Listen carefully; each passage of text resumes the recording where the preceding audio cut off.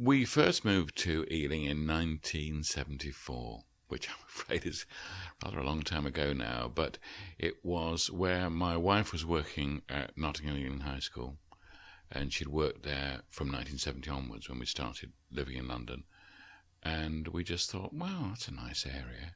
It was an incredibly busy year for me.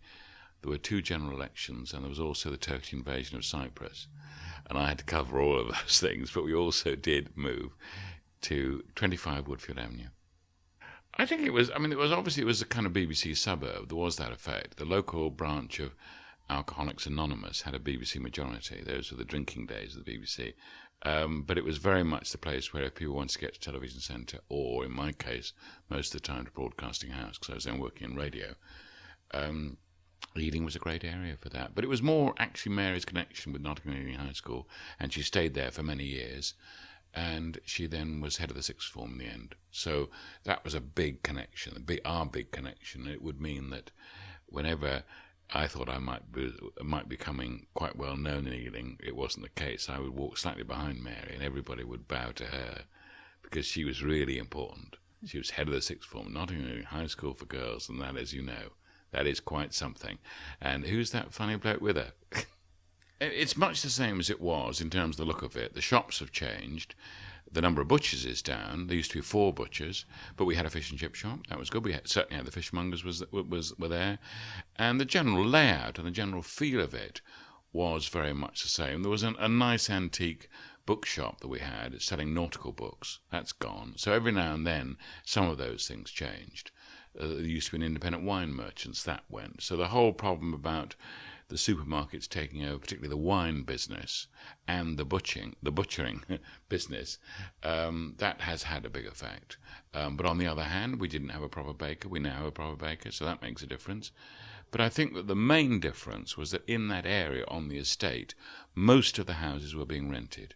So when we bought our house in Woodfield Avenue, that was the beginning of the end of this great area that was rented. And when the estate was built, it was built for people in the city who would want solid and good houses, and they would be clerks, mainly clerks and administrative people.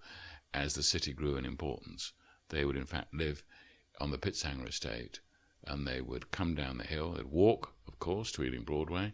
Now this bus business, there'd be a lot of walking in the olden days, and that's how the whole thing survived. But then more and more the houses were taken over. So our house at Woodfield Avenue cost an enormous sum, £14,500.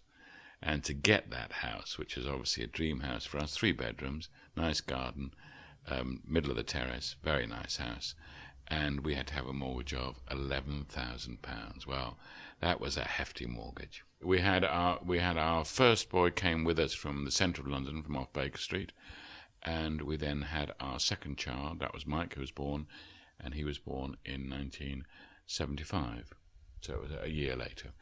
It was lovely. I mean, it was a fantastic place for children, and there was just general sense, I suppose, which is now coloured with nostalgia of how wonderful it was for children. And I remember the time that it first snowed, and they remembered it, and they shouted, "Dad, it's snowing!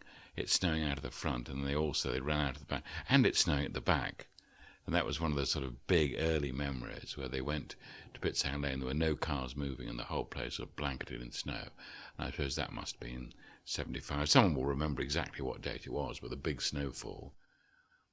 I usually go up to Pitshanger Lane when it's raining, because I always pick up my newspapers. But one of the advantages of, I don't know, my age group, I suppose, where I am in life, I don't have to have the papers every single day, although I, of course, buy them.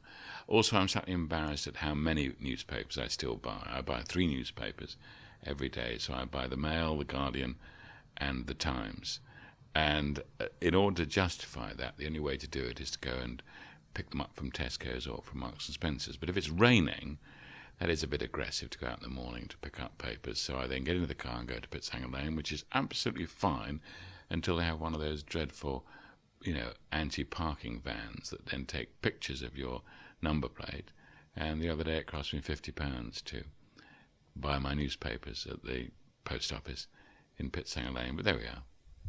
I think it's very difficult because you see, what you're trying to do is obviously you don't want people parking there all day. So that's absolutely right and sensible. What you do want is people, of course, stopping briefly, as I always do, to buy things. That's how the shops flourish. So it's a very tricky issue, and if you're not careful either with sort of crazy parking meters, but people just say, "Oh, I won't bother. I'll drive to the supermarket, park at the supermarket." So too much of aggression from the parking authorities, though justified in many ways, though sensible, we're all law-abiding citizens and all the rest of it. Too much of that, and that's fine. You can destroy Pitshanger Lane quite quickly.